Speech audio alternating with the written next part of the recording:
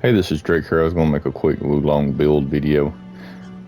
And not to say that my build is perfected at all, but I've been doing a lot of searching online, and it seems like you can only find very, very late game builds or some first playthrough builds that aren't really all that great. Now, this one, of course, I played through the first playthrough, which is kind of whatever I had. But I've played through enough of the second playthrough with this particular build without any difficulty hardly at all to get to 50%, enough to unlock third difficulty. So very good build. It kind of puts new game on easy mode. I mean, you still have to get the deflects and stuff, but as far as that is, very tanky, does a lot of damage, and does a incredible amount of spirit damage. We'll look at the build here.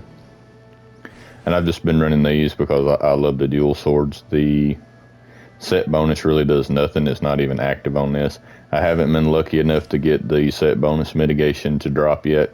RNG hates me. But anyway, that being said, the main thing that I've been running is this the Dominator of High Bay set, and mainly for the last two perks, the damage received minus 4.2%. and the melee attack damage of 11.9%, which is good. It's not conditional. You can get some conditional ones that are higher, but that one's all the time. And the morale rank gain actually helps quite a bit, and what that does is, you start out at 0 morale and you go up to your max of 20 or 25. I think it's 30 on the next difficulty. But the higher your morale is, it's basically a damage boost. So the quicker you can get up there, the easier the levels and the easier the boss will be to go through. And this one does have drop rate A, for getting those rare drop items. It's really a help because the drop rate is just terrible in this game. But we'll go over this one first. Alright, and that's the set bonus on that. And on your pieces, what I tried to imbue for on every one, we'll go to it. First off is damage dealt. And what damage dealt is increased HP damage dealt to enemies. And if I'm not mistaken, I could be wrong on this, but damage dealt ups all your damage types. It ups your, every damage type. It's a little less than melee damage, but like I said, it ups your melee, it ups your fatal strikes, it ups your wizardry, it ups everything, I do believe. I haven't exactly tested it. And this is a lightning build, so I put damage dealt and lightning on every piece. I try to go for damage received on every piece just to make you more survivable. Shock accumulation on every piece just so you build up shock quicker on them. And once they have shock on them, it's a debuff to their spirit that makes them break quicker. And I've been running luck where I can, just simply because I'm still trying to get better armor. And luck does make a difference on that. Now, as far as that goes, every piece is basically the same. On this one, I've got restore HP simply because for some reason it wouldn't allow me to put luck on it, and that was the next best thing I could run. This is the same as the first one, and this last one I still just got a 4-star set, so we went with our damage negation and damage upping on it, and no luck or HP restore. On these, I'm actually running this for the set bonus. You can get an accessory for this set bonus, so it's a little easier to get the 5-piece on it than would be otherwise, because I've only got a few that even have a grace on them, and this is one of them. And it's actually a pretty good one. It's got damage received, melee, lightning attack, and spell duration actually helps because you cast lightning on these weapons. This one is still just a 3-star, but it works well with the build because it's got melee attack, lightning, and morale rank point gain on it, so it factors into the build well. Now, I just recently added this in, and there's a farming guide I looked up on Powar Gaming. It's for a chest in New Game where you can get these. You just run it over and over again, and they drop grace sets. Really good farm. Highly recommend it. Kind of boring, but all you gotta do is run through and open the chest. You don't have to even fight anything. But on this one, the reason I started running it is for one, you get spirit vulnerability upon enemy on martial arts. We do the martial arts all the time.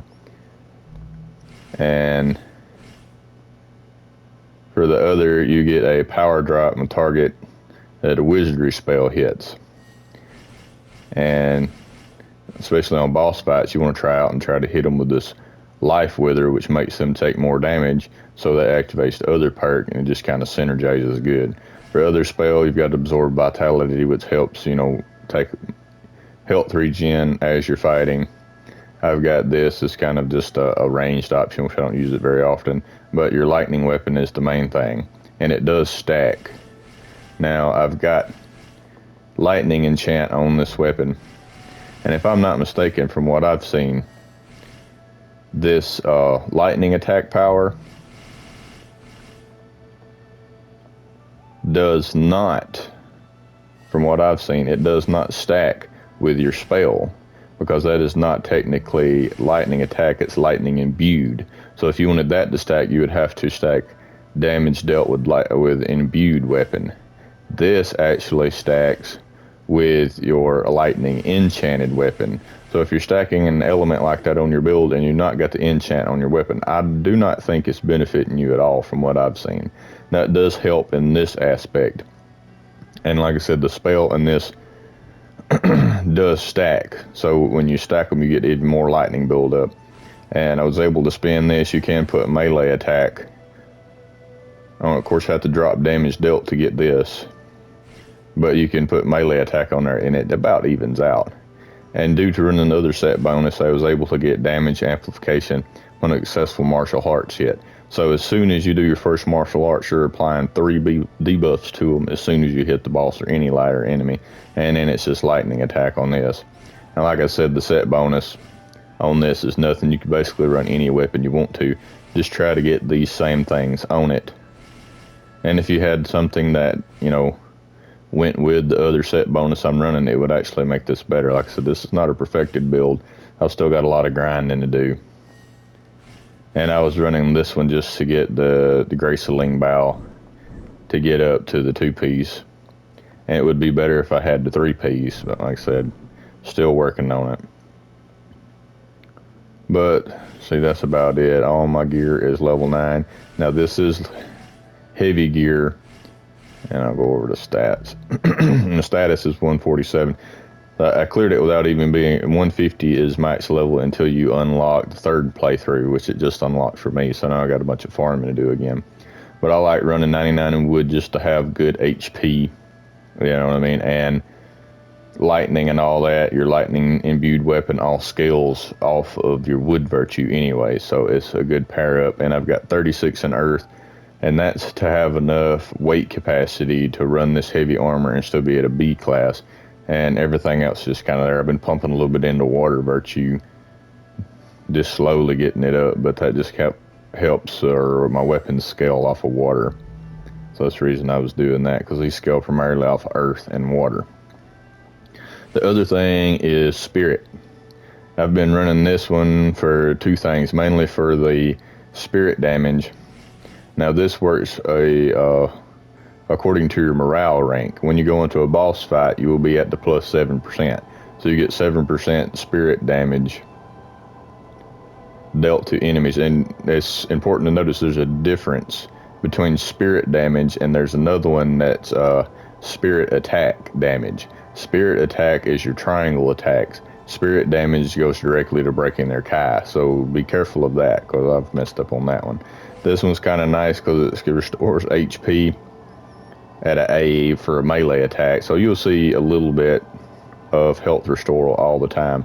But the main thing I was running for is this max weight.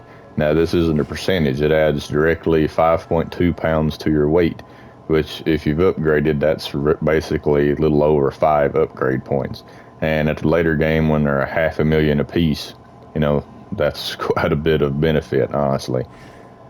And Divine Beast gauge, I hardly ever use that, but your Divine Beast is a lightning Divine Beast, and it boosts your spirit gain and damage dealt when you put it on too, so it even synergizes pretty well. Like I said, pretty good build, and I wasn't going to make a video on it, but like I said, I've been watching videos for 2 or 3 days, and all I've seen is super in-game builds or other builds that are just not put together very well. Not to say that this is the best one, but everything on this works to a specific point. And I mean, I just beat Lu Bu on new game difficulty very first try with 0 difficulty at all. I mean, it honestly just melted him. So, I mean, if you can get your deflex, try not to take too many hits, keep your morale up, and, you know, stay aggressive. Oh, and martial arts. There's 2 martial arts that I really like on this build, and that's one reason I haven't swapped weapons yet. See if I can find it. Alright, yeah, I love Bamboo Sever and Sudden Tornado. Those are my 2 favorite. And Endless Flowering is good if they're a stationary boss, and because you will get hit during it. But I love Bamboo Sever, which is this one, to apply your debuffs extremely quickly and to cover distance if they back away from you. But if you pair the 2, you do this into the Sudden Tornado, it does really good damage, covers distance quickly, and keeps your debuffs active almost all the time. And if you've got, you know, an opportunity, you can do the endless one here, and as long as you end it, as long as you hold it, it's an endless combo until you run out of ki or kai or whatever they call it in this one. So that's a good option if for some reason they're stationary, they're broke, or, you know, a bigger, slower enemy that you have the opportunity to get that off. But that's how I've been running it. But anyway, like I said, I thought I'd put that out there because this is a good build. It's carried me through new game with little to no difficulty, and I haven't really even had to do any of the boss fights more than once, honestly, and that's not running perfect, flawless, no hit runs either. It'll tank some damage and put out really good damage too. But that's it for now. If you have any questions, leave a comment. If you liked the video, give it a thumbs up. And as always, thanks for watching.